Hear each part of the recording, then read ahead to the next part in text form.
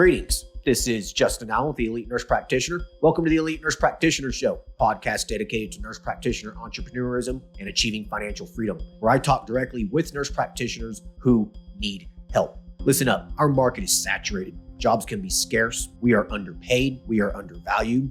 We are taken advantage of by the sharks within the healthcare system, and frankly, screw that. I'm sick of it, and it's time for a change.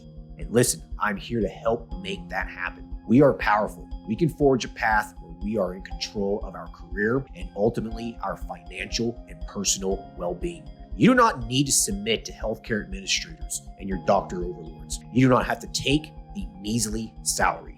You do not have to work 50 to 60 hours a week. There is a different way, and I'm here to show you that path. This podcast is raw and unfiltered. I have not talked to the nurse practitioners in this podcast prior to the call outside of an email exchange to schedule the episode. What you're about to listen to is a consultation session between a nurse practitioner and myself. It is real, it is unscripted, it is unplanned, and I have no idea what we're going to talk about. Anything and everything can happen during our conversation. The nurse practitioners in these episodes are struggling with an issue in their professional or financial life, and they have reached out to me for help. My goal is to help the nurse practitioner with actionable advice that will enhance and improve their professional, business, and financial life. My other goal is to hopefully help my nurse practitioner sisters and brothers build a more productive, powerful, and free life. So I hope the content and information within these podcast episodes does just that. All right, onto the episode.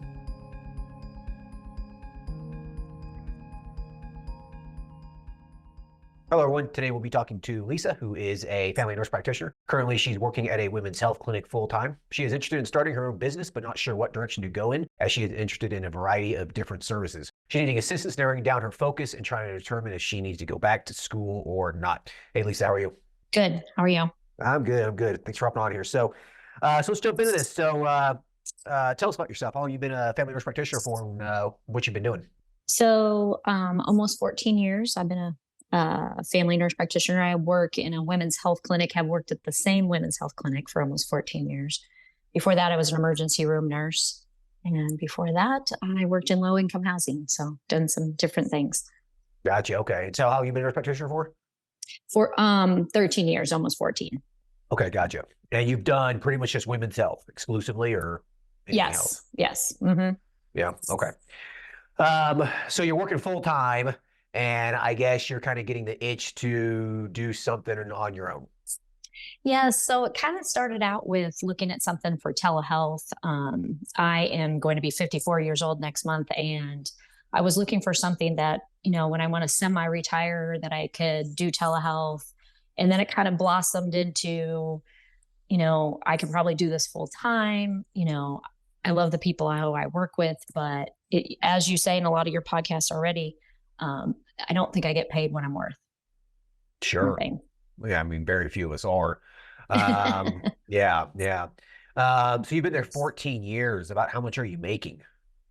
I hate to say on here because I think other people that I know work, will be listening to this, but Okay. I do pretty well as far as my base, since I've been there 14 years, but our bonuses are not what we think they should be, and the amount of hours we work and the amount of patients we see. And with women's health, you're doing ultrasounds, you're doing procedures, all these different things that you feel like you should be reimbursed for better.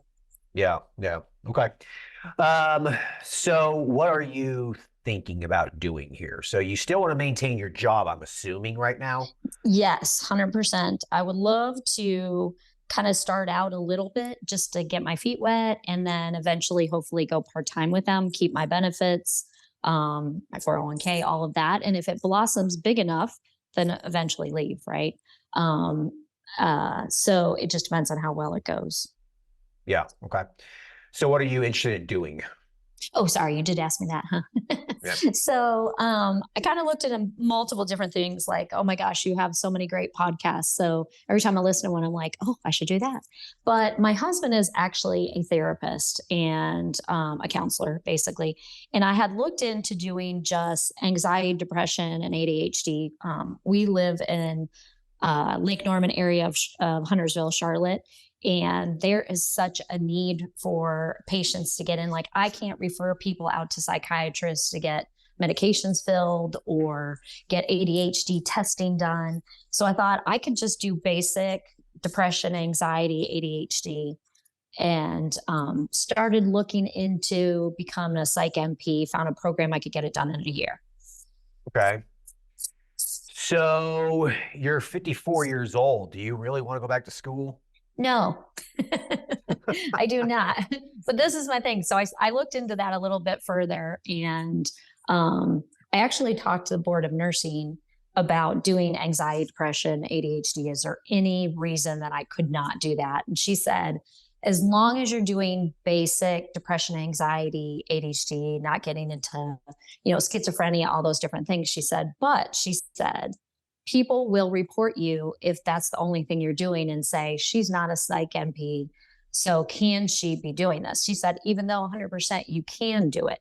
So then that kind of scared me a little bit. Like, am I going to get reported? And then I have to go through this whole thing with the board of nursing each time somebody reports me. And she's even saying, not patients that are reporting me, but other nurse practitioners that are reporting me. Right. A bunch of losers who need to get at life. I mean, come on. You don't got anything better to do. Like, I know. This shit just drives me nuts. It does. Yeah, come on. Anyways, basic anxiety, depression, ADHD completely falls within the scope of a family nurse practitioner. I'm sorry, it does. Yes. Okay. We learn about that in school. Therefore, It is within our scope. Any psych MP that says otherwise, sorry, it's just the law is the law. It's scope is scope.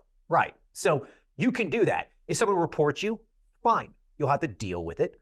And the board of nursing will be like, you're completely within your scope. And then any other complaints after that will probably just be like thrown out. You have to write them a letter or something. You know what I mean? Okay. Yeah. Like, and how often is this going to happen? Like, I don't know. I think the way she was implying, like, it has happened. So by the way, here it is, So. Yeah.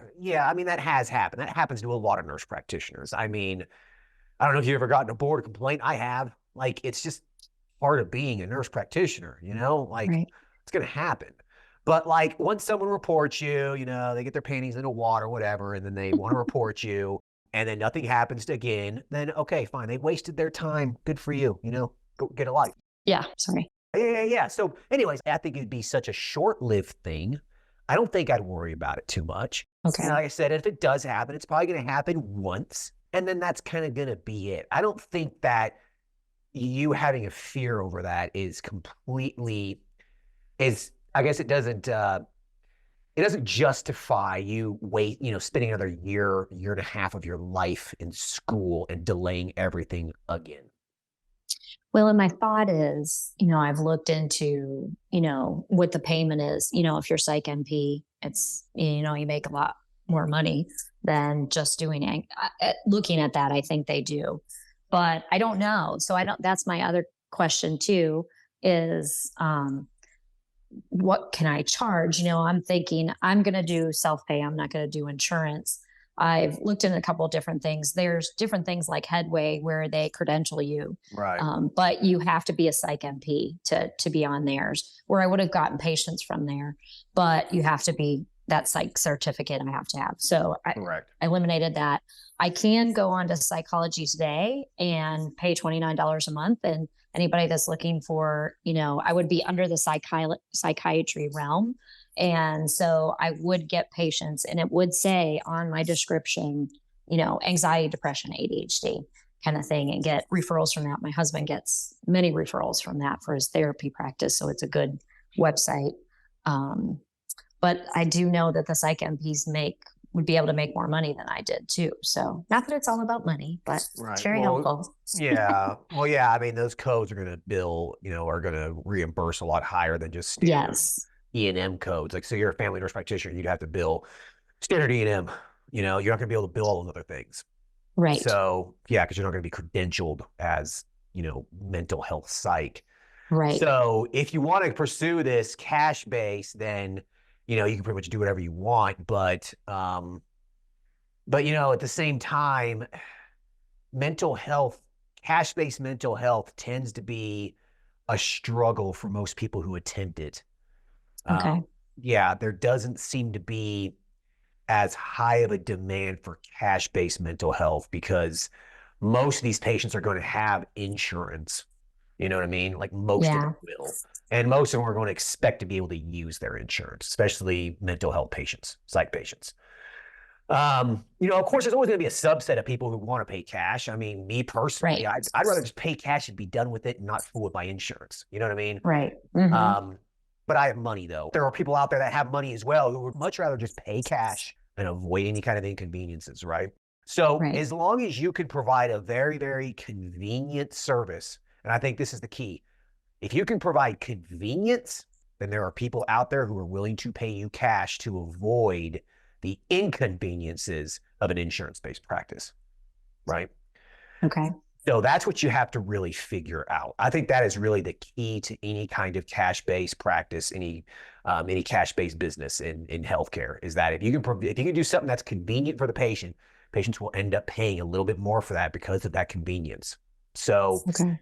yeah, so you got to be thinking to yourself, what can you do here, for anxiety, depression, ADHD, that kind of a thing, that justifies someone paying you cash for a Right. prescription for, I don't know, Zoloft or, whatever it is. Right.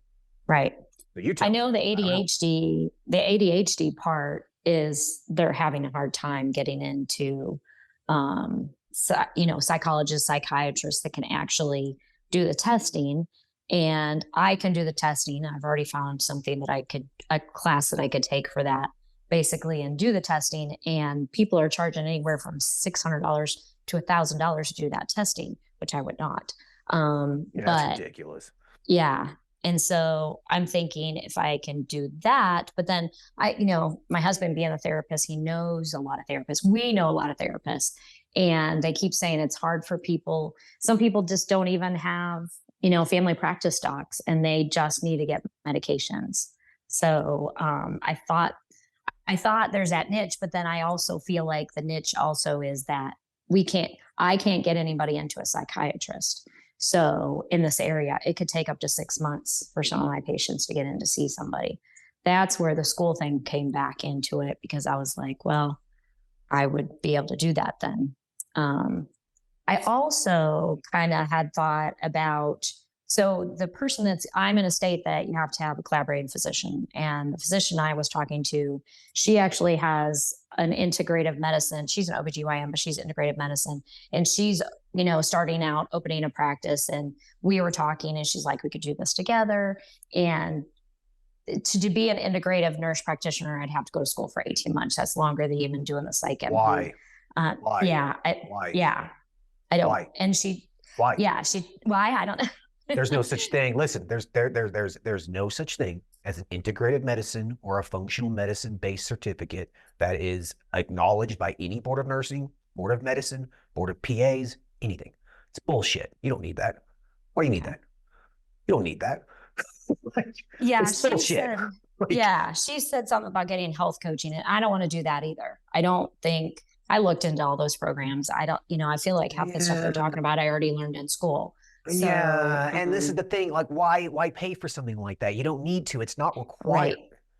Okay. You know what I mean? It's not required. There's no right. any integrative medicine school out there, any functional medicine school out there, any health coaching school out there that says that this is a certificate that you will receive, a certification, you're going to be board certified, whatever, is completely full of shit, and they're just trying to take your money.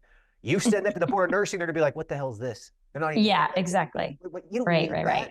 Now, practice doesn't even going to like, you don't need to waste your time doing that. If you want to do integrative medicine, take some courses on specific things in integrative medicine that you want to learn, buy a couple books and just learn it and do it. Okay. Yeah. Yeah. I looked at this is where I said I'm kind of all over the place a little bit. So I looked at your functional medicine classes that you have. I looked at the obesity and thyroid. This area is, what do I want to say? It's more upscale area, I guess. And so there's a lot of people and a lot of women that want to look good. And, obesity is a big problem here, like every place else.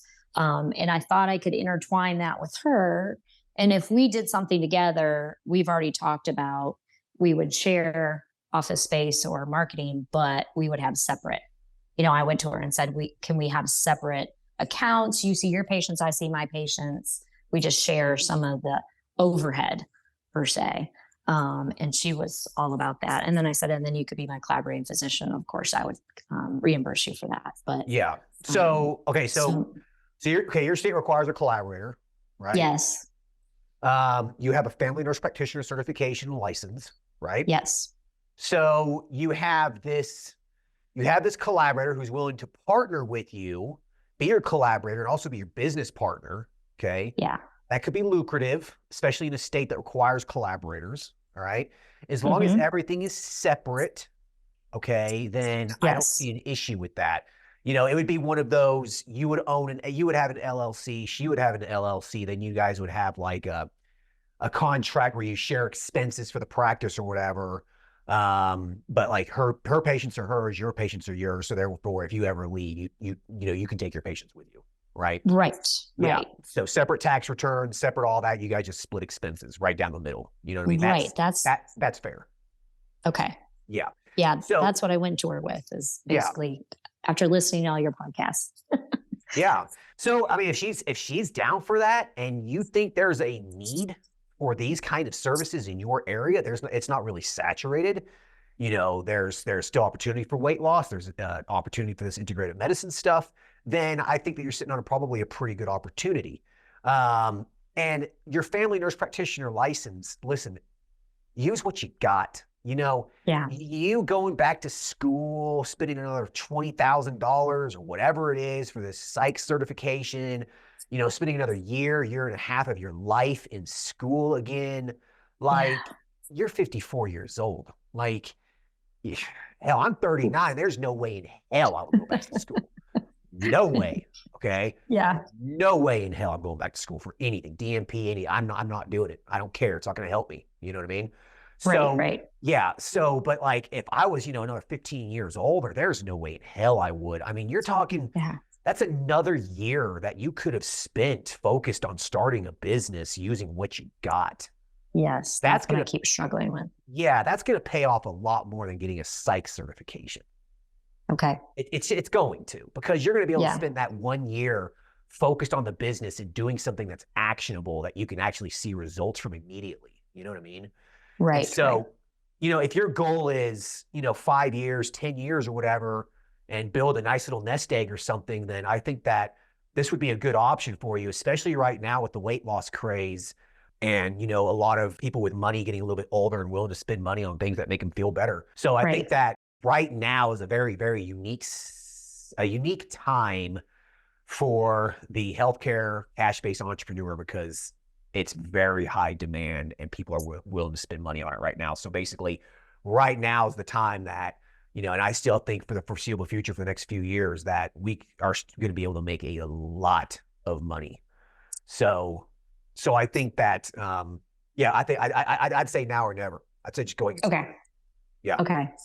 And that's what I kind of think. I keep going back and forth, but I wish I would have thought of it, years ago and then did it. But I'm, should be semi-retired at 60, but I still want to be able to do something too that I can do telehealth. Right. Yeah. So if I go back to school, that's another year and another $20,000 when I could put $20,000 into a business.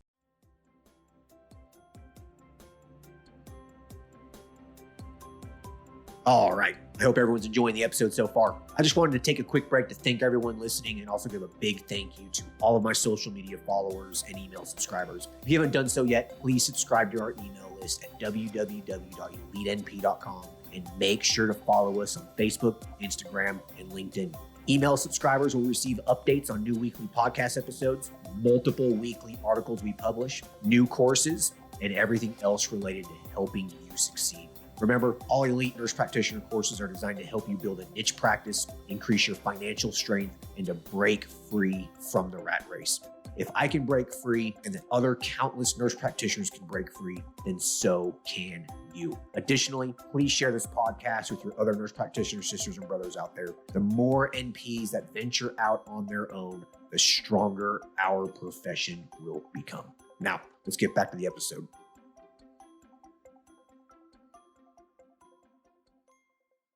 Absolutely. And I want to do like a hybrid model. telehealth and in the office, where her and I are sharing that. And then we don't have to worry about a big office, that kind of thing to start off with. Right.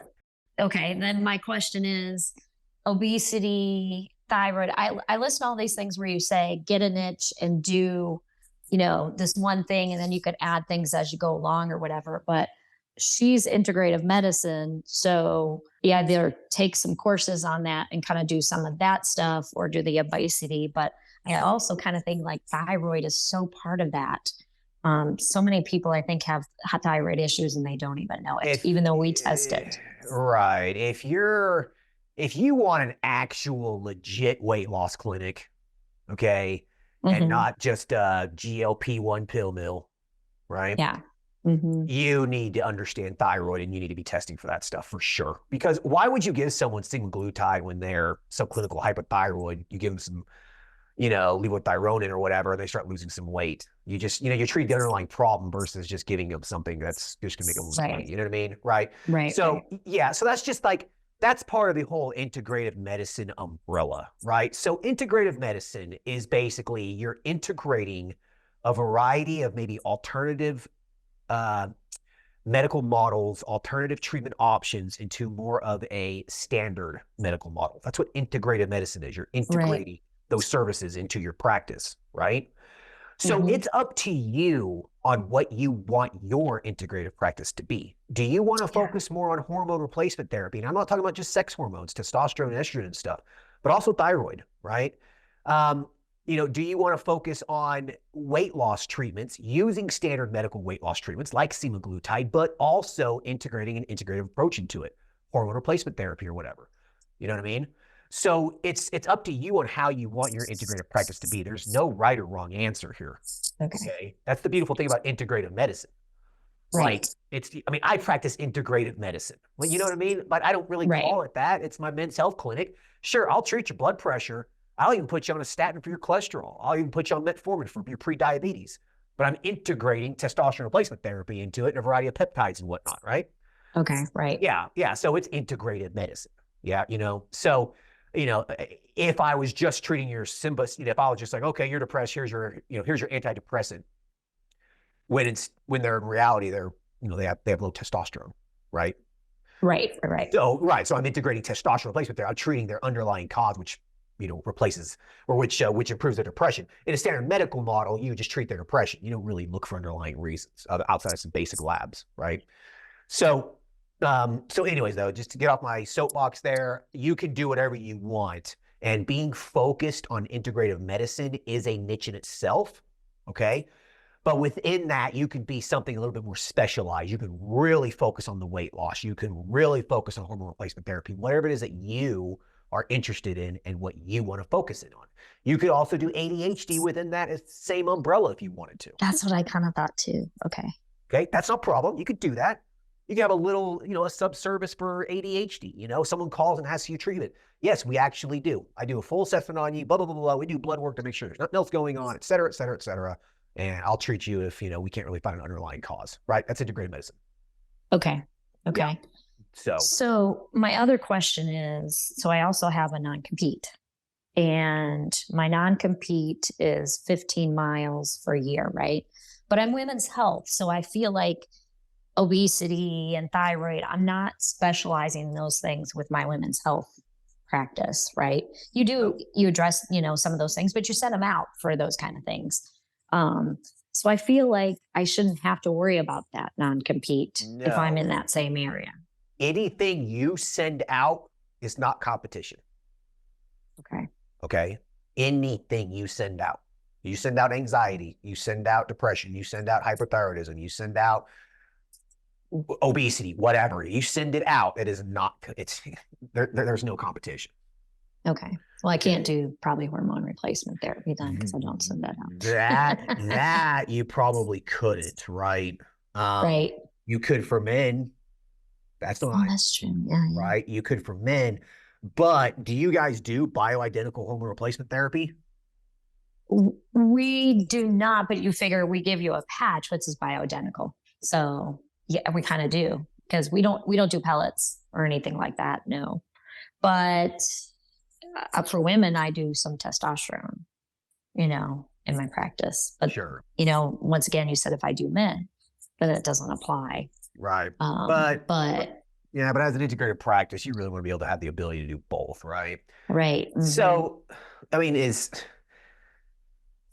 first off, are non-competes enforceable in your state? You're going to need to look that up because in a lot of states, they're not. Okay. Like my state, it is not enforceable. All right.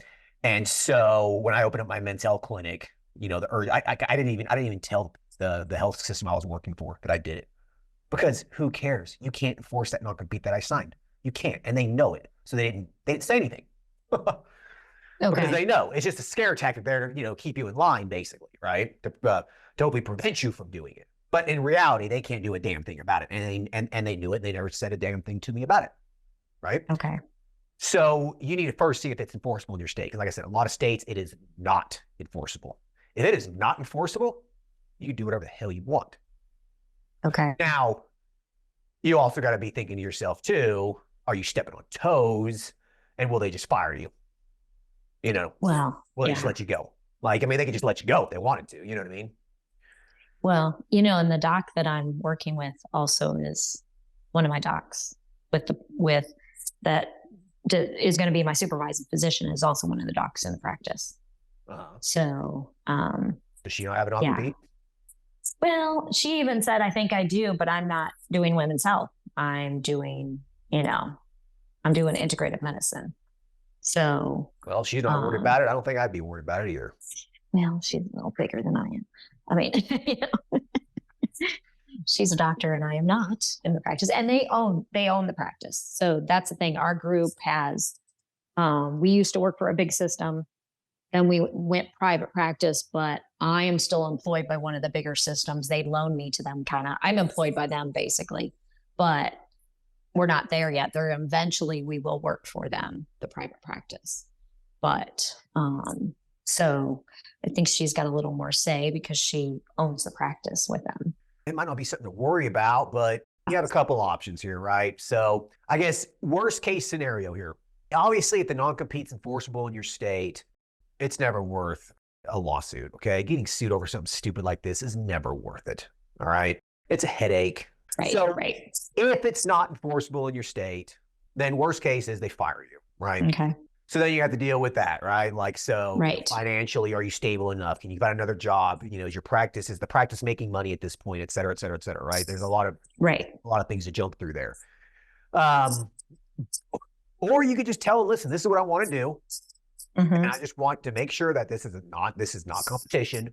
And I want you to sign this affidavit, this affidavit saying that, yes, this is true. You're not competing, et cetera. And then you're covered.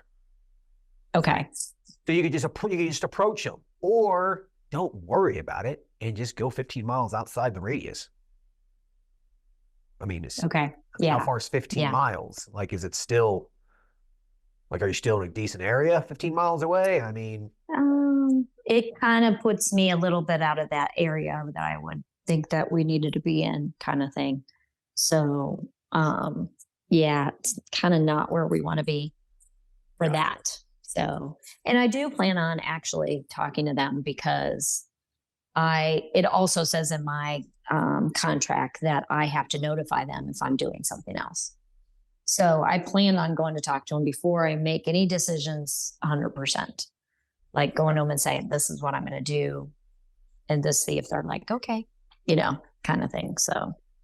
Yeah. I mean, I think that'd probably be wise, especially if your contract says you have to notify them. Right. Yeah. Mm-hmm. So yeah, I mean, it's best to be somewhat compliant with that, if you really need the job and you're, really serious about this.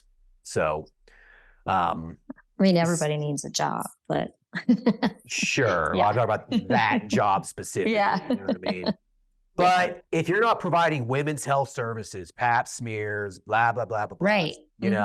Then you don't got to worry about it. And honestly, I think some bioidentical hormone replacement therapy for patients that do not qualify per the standard medical insurance model, like what your practice does, how's that competition? It's not. You're providing service that they don't provide. Right. Right. It can all be argued, you know, Right. Mm-hmm. and like how much damage is it doing to their practice to where, if it's arguable, if it's gray area, is it really worth for them to be spending money on legal fees suing you over what? What's the damage? Yeah. What did you do? Yeah. You know what I mean? Right. Like, is it worth it to them? Most of the time it is not, and it's a complete waste of their time, and they're not even going to bother. Okay. Unless there's clear evidence that what you are doing is stealing business from them. You solicited patients to come to you instead. Like you start doing stuff like that, then sure, there could be some problems. Yeah. Yeah. I wouldn't do that anyways. Right. Exactly. If they find me, that's one thing. But if they, I would not tell them, hey, this is definitely what we're doing. Right. Come to me. Right. Yeah. Right. Exactly. So yeah. Anyways, though, any other questions? Does that clarify? Yes. Yeah, it really does. It really does. I have to kind of make a decision too. That's another reason why I was looking more at the anxiety and depression, because I was like, listen, yeah, I might deal with postpartum depression, but I don't really start people on medications so that's kind of where I had went with that way anyways, then I didn't have to worry about the non-compete at all. This kind of could be in a little gray area if I start doing hormone replacement therapy. But if I do the obesity with the thyroid and that kind of stuff, and it just starts getting bigger and bigger, then, I may just leave and do my own thing anyways. Yeah, so, just leave. Why would you stay, right. Mm-hmm. Yeah, the whole point here is to make more money and build something for yourself that gives you back time, right? Right. Yes. So yeah, I think that I think it's a good idea, especially if there's no competition in your area. And, stick with the family nurse practitioner. Don't go back to school for psych. Like, yeah. Okay. I would not do that.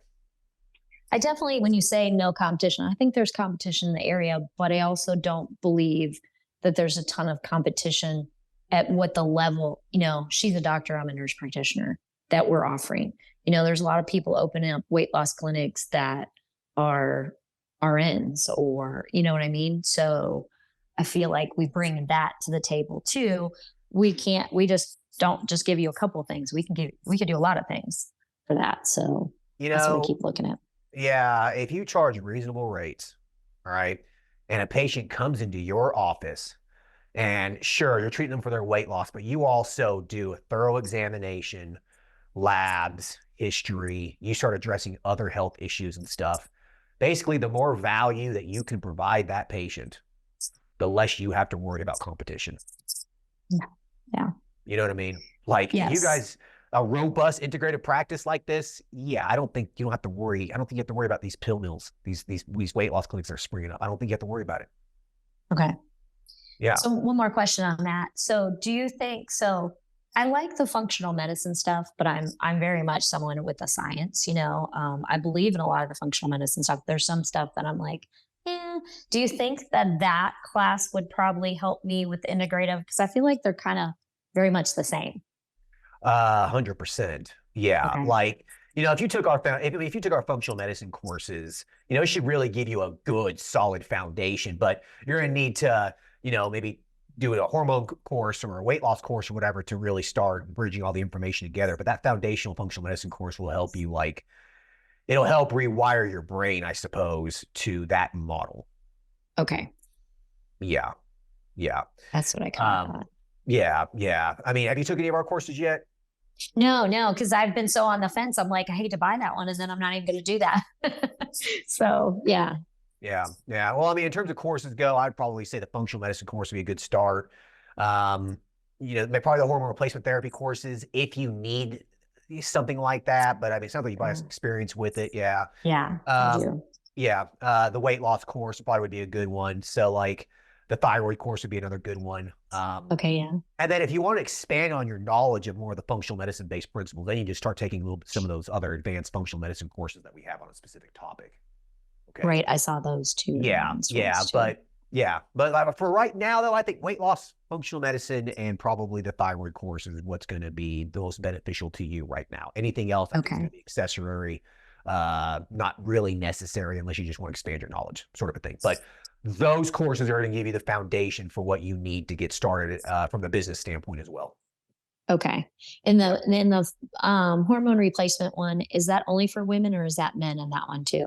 No, there's a men and there's a women. So we have both Okay. a men's and women's hormone replacement therapy course, and then we have advanced courses that are like the second version of it, or Okay. basically you take the hormone replacement therapy courses. Those are hormone replacement therapy 101, and then 201 would be the advanced courses, basically. You know what I mean? Okay. Yeah. Yeah. So if you took Yeah. all those, yeah, you'd really learn learn quite a bit. Yeah. I know about the women. I just don't know about the men part. It's been a long time. Men's pretty easy.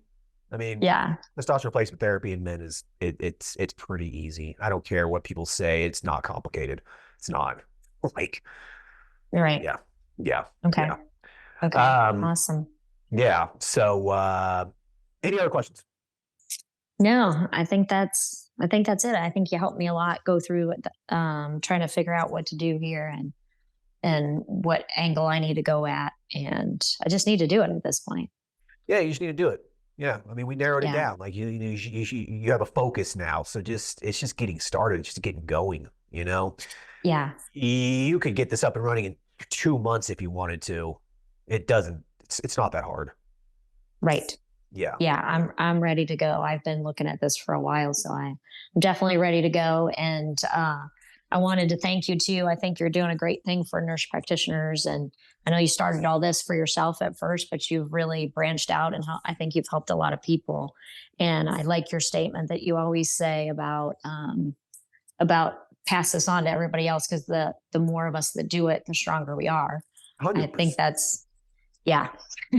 Yeah. I completely agree with you. I mean, I think that there's a lot of NPs out there over the last couple of years who have they've been able to escape their corporate healthcare hellhole job and Yeah. actually build something of their own and really experience what it's like to be independent, so to speak. You know what I mean? Yes. So yeah. Well, it's a pleasure to help. Well, listen, I like to end the episode with you asking me a question. So a personal question or a curiosity or anything. I actually, what state do you live in? I'm not going to disclose that. Oh, because you said you live in a state that you don't. Okay. Yeah, I don't Okay. like disclosing specific locations and stuff. There are people out there that really don't like me, and I don't want to deal with border nursing Yeah. complaints and bullshit. I just don't. Right. Yeah. I understand that. I'm so over that drama and bullshit in my life. So Yes. I live out west. We'll just leave it at that. Okay. An independent state Yeah. out west. Yeah. Yeah. Uh, Yeah. Well, that was my question. I mean, I think, Okay. like I said, I've listened to so many of your podcasts. I feel like everybody's always asked a question. I'm like, oh, I would ask that. Yep, I would ask that. Yeah. Like I said, I don't really try to disclose it. I mean, if I'm talking with people at the conference or whatever, I'll tell them where I'm at, but just like out Right. loud in public, I just I try to maintain some privacy. Well, I really hope our states in the South and the East over here will finally get on board and not have to have a collaborating physician. Yeah. Yeah. I think it's something that we should get past. Everybody should get past, where we're doing way too many things. And if you need help, the doctors are always there. You know what I mean? If you're Right. not in your own private practice or whatever. So, Right. And yeah, the Southeast, I'm from the Southeast. Okay. Originally. And that's one of the reasons why I moved. I couldn't handle it anymore. I was so sick of the good old boy doctor thumb on everything. I was sick of it. I was like, I don't need this shit anymore. yeah. So I picked up and Yeah. moved. Nice. Yeah. Well, I can't do that now. I have kids that are in college, and I don't want to move away from them now. Sure. But so Yeah. No, I get it. Well, cool. Well, listen, I appreciate your time. And if you ever want to do a follow up on this, just let me know. Okay, great. Thanks, Justin. All right, no problem. Take care. Bye. All right. I hope everyone enjoyed the episode with Lisa. Again, a lot of good points in here that you should take with you as you venture on your entrepreneurial journey. Okay. Use what you got. Okay. This is kind of like the previous episode as well. Use your FNP, use your license, use the scope that is given to you. Okay. Again, don't reinvent the wheel, right? If you go down different paths and you have to learn new skills and you have to get new licenses, new certifications, things like that, all you are doing is preventing your success, okay? You are just pushing it off into the future. Life is short, so make sure you take advantage of what you have right in front of you. All right, hope everyone enjoys this episode. Talk to you guys later. Thanks. Bye. Thank you for listening to the show. Quick legal disclaimer. The content of this podcast is meant for informational and entertainment purposes only and should not be used as legal, financial, medical, regulatory, or practice-specific advice. For information pertaining to your specific legal, financial, medical, or practice-specific needs, please be sure to consult with your lawyer, CPA, medical director, and or your state's practice laws and the most up-to-date clinical guidelines. As always, do your due diligence when it comes to any information found online and in podcasts. The content in this podcast is copyrighted by Galaxy Medical Southwest 2023 and cannot be duplicated, rebroadcasted, or reproduced without our written permission.